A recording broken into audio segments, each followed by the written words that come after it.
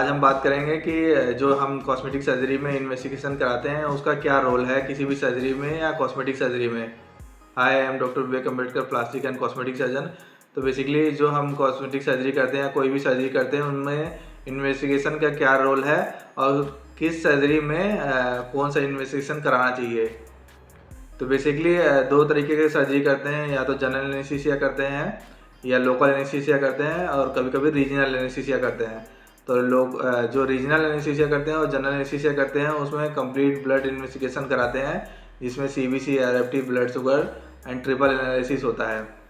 तो जो CBC कराते हैं उसमें जो कि बेसिकली जो हीमोग्लोबिन होता है वो कितना होना चाहिए, मेल फीमेल में डिफरेंट होता है। मोस्टली 10 ग्राम के ऊपर अगर HB है, हीमोग्लोबिन है, तो उसके ऊपर ही करते हैं, क्योंकि उसमें जो हीलिंग होती है वो अच्छी होती है।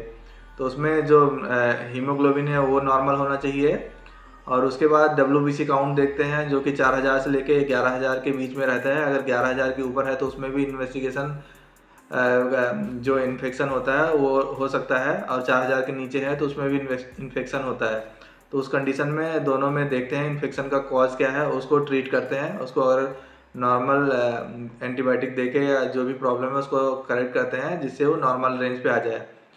और फिर उसके बाद देखते हैं प्लेटलेट काउंट, क्योंकि जो कि डेंगू के कारण प्लेटलेट भी काफ़ी कम होता है। तो प्लेटलेट काउंट भी देखते हैं, 1.5 लाख से 4 लाख के बीच में होना चाहिए। अगर जो कि लाइपोसक्शन जो सर्जरी करते हैं उसमें करीब 1 लाख के ऊपर रहे तो ज़्यादा अच्छा रहता है, क्योंकि वो प्लेटलेट जो होता है ब्लीडिंग को रोकता है। अगर हम लाइपोसक्शन करेंगे, कोई भी सर्जरी करेंगे, तो जिसमें ब्लीडिंग चांसेस रहते हैं और हीमोटोमा बनने के चांस रहता है। तो उस कंडीशन में देखते हैं प्लेटलेट काउंट जो है वो नॉर्मल हो जाए, तब उसके बाद सर्जरी करते हैं। तो उसमें ये भी देखते हैं कि प्लेटलेट नॉर्मल हो और RBCs काउंट जो है वो नॉर्मल होना चाहिए। और उसके बाद देखते हैं यूरिया, क्रिएटिन, सोडियम, पोटेशियम, जो कि एक नॉर्मल रेंज वैल्यू में होना चाहिए। क्रिएटिन का मोस्टली ये इसलिए देखते हैं क्योंकि वो जो ड्रग्स देते हैं वो वॉश आउट होने के लिए, तो वो भी नॉर्मल रेंज में होना चाहिए। अगर ज़्यादा है तो उस कंडीशन में जो क्रिएटिन है उसको पहले करेक्ट कराते हैं। और उसके बाद उसमें यूरिया भी देखते हैं कि नॉर्मल है कि नहीं है। सोडियम, पोटेशियम भी नॉर्मल रेंज में होना चाहिए। और फिर एक ट्रिपल एनालिसिस कराते हैं, और ये जब सब इन्वेस्टिगेशन नॉर्मल होते हैं उसके बाद फिर हम सर्जरी प्लान करते हैं। अदर इन्वेस्टिगेशन जैसे चेस्ट एक्सरे कराते हैं, क्योंकि जो जनरल एनेस्थीसिया देते हैं उसमें चेस्ट एक्सरे कराना जरूरी होता है। कोई इन्फेक्शन है, पहले से कोई इन्फेक्शन है, तो उस कंडीशन को पहले करेक्ट कराते हैं, फिर उसके बाद हम सर्जरी करते हैं। और कभी कभी किसी पेशेंट में ओल्ड एज है, ज़्यादा एज है, तो उसमें ECG भी कराना पड़ता है। ज़रूरत पड़ेगी तो ईको भी, और उससे रिलेटेड अदर इन्वेस्टिगेशन भी कराना पड़ता है। तो ये नॉर्मल इन्वेस्टिगेशन होता है जो कि हर पेशेंट में हम कराते हैं। अगर अदर कोई कॉज आता है तो उसके अलावा भी उसमें इन्वेस्टिगेशन कराना पड़ता है। जो लोकल एनेस्थीसिया में करते हैं उसमें मोस्टली जो कराते हैं CBC कराते हैं और ट्रिपल एनालिसिस, क्योंकि उसमें लोकल एनेस्थीसिया में सर्जरी करते हैं। तो मोस्टली जो होता है, ये जो सर्जरी करते हैं उसमें इन्वेस्टिगेशन का बहुत इंपॉर्टेंट रोल है।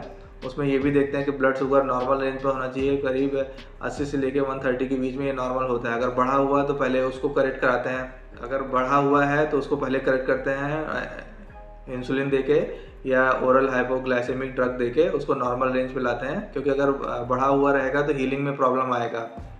अगर ब्लड प्रेशर हाई है, नॉर्मल रेंज पर नहीं है, तो उसमें एंटी हाइपरटेंसिव ट्रीटमेंट स्टार्ट करना पड़ता है। अगर फिर नॉर्मल आता है, क्योंकि अगर ब्लड प्रेशर बढ़ा रहेगा तो उसमें हीमोटोमा के चांसेस ज़्यादा रहते हैं, तो वो भी नॉर्मल होना चाहिए। अगर एंटी हाइपरटेंसिव ट्रीटमेंट स्टार्ट करना पड़े तो स्टार्ट करवाते हैं। अन्य प्रॉब्लम से रिलेटेड कोई भी इन्वेस्टिगेशन है तो उसमें मोस्टली उससे रिलेटेड इन्वेस्टिगेशन कराना पड़ता है। तो मोटा मोटा जो होता है ब्लड इन्वेस्टिगेशन और एक्सरे चेस्ट जो जनरल एनेस्थीसिया में करते हैं, और ब्लड इन्वेस्टिगेशन तो सारे पेशेंट में करवाना पड़ता है। तो उसमें देखते हैं कोई इन्फेक्शन तो नहीं है। तो बेसिकली ये जो नॉर्मल इन्वेस्टिगेशन होता है वो हम कराते हैं, और उसके अलावा अदर कोई इन्वेस्टिगेशन की ज़रूरत पड़ती है तो वो भी कराना पड़ता है। तो आशा करता हूँ कि हमारे पास काफ़ी पेशेंट की क्वेरी रहती है कि इन्वेस्टिगेशन का पूछते हैं कि क्या रोल है और क्यों करवाते हैं। तो इसीलिए करवाते हैं कि देखते हैं अगर सब कुछ नॉर्मल है, जो ब्लड में इन्वेस्टिगेशन है, तो उसके बाद हम सर्जरी प्लान कर पाते हैं। तो आशा करता हूँ कि अगर आपको इससे रिलेटेड कोई क्वेरी हो तो आप कमेंट बॉक्स में कमेंट कर सकते हैं। अगर वीडियो पसंद आए तो वीडियो को लाइक करें, सब्सक्राइब करें, शेयर करें।